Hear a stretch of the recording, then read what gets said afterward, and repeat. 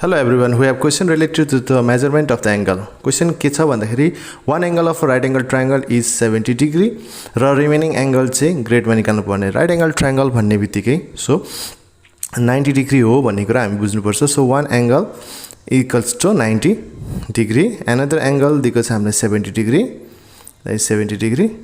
Our let the remaining angle जुन हामीले grade मा निकाल्नु भनेको छ त्यसलाई चाहिँ हामी थीटा मान्ने p theta.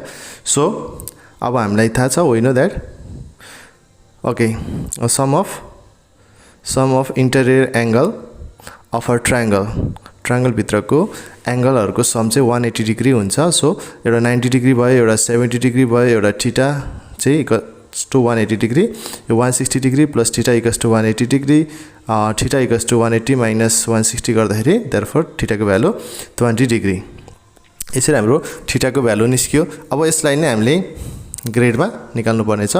we know that we also know that relation के छ भन्दाखेरि 1 डिग्री इक्वल्स टु 10/9 ग्रेड छ. सो हाम्रो 20 डिग्री छ, 20 डिग्री भनेको 10/9 इन्टु 20.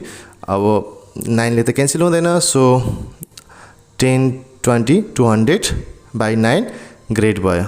यसरी हाम्रो 20 डिग्री भनेको यसरी निक्लियो.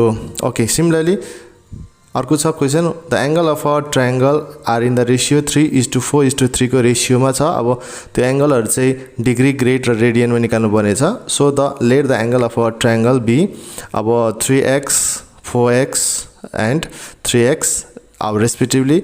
अब वी नो दैट अब ट्रायंगल हो भनेपछि त sum of inter angle of a triangle angles of a triangle equals to 180 degree हुन्छ. अब हामी डिग्री मा निकाल्नु पर्ने भएको कारणले 3x + 4x + 3x equals to 180 degree. Okay, 3 4 + 3 गर्दाखेरि 10x, therefore x equals to 180/10 that is 18 degree हुने भयो. अब x को भ्यालु 18 भइसकेपछि 3x भनेको 3 * 18 18 3 जा 54 डिग्री. त्यस्तै गरी 4x छ, 4 * 18 गर्दाखेरि हाम्रो आइस 72 डिग्री अनि 3x भनेको फेरि 54 डिग्री. ओके, यसरी हाम्रो डिग्री मा त निस्क्यो. फेरि अब हामीले चाहिँ ग्रेड मा निकाल्नु पर्दाखेरि यतिसम्म जुन त्यहाँसम्म छ त्यो चाहिँ सेमै लेख्ने है त. अब ग्रेड को केसेसमा के हुन्छ भन्दाखेरि sum of inter angle of a triangle sum of angles of a triangle चाहिँ के हुन्छ भन्दाखेरि 200 ग्रेड. यदि डिग्री मा ल्याउनु छ भने 180 र ग्रेड मा ल्याउनु छ भने 200 ग्रेड है. अब 3x + 4x + 3x equals to 180 sorry 200. अब x इक्वल्स टु 20 ग्रेड भयो. अब 3 * 20 इक्वल्स टु 60 ग्रेड भयो. 4x भनेको 4 * 20 दैट इज 80 ग्रेड भयो.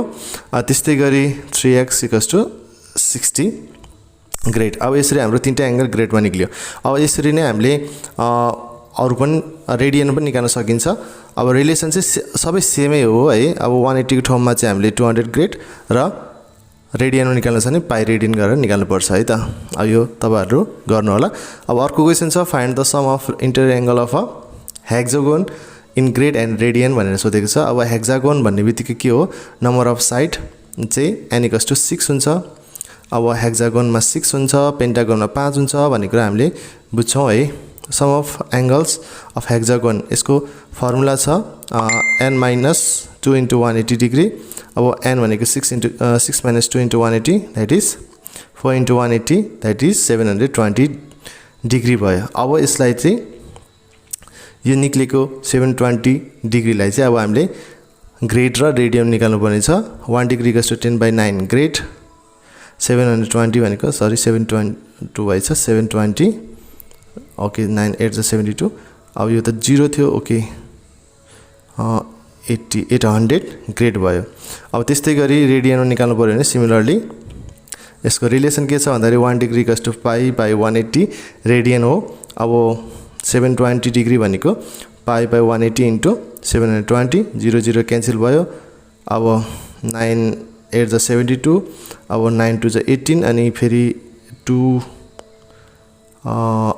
4 जा भनेपछि 4 पाई भयो. यसरी हामी 720 डिग्री भनेको 4 पाई रेडियन हुन्छ. Thank you for watching till and.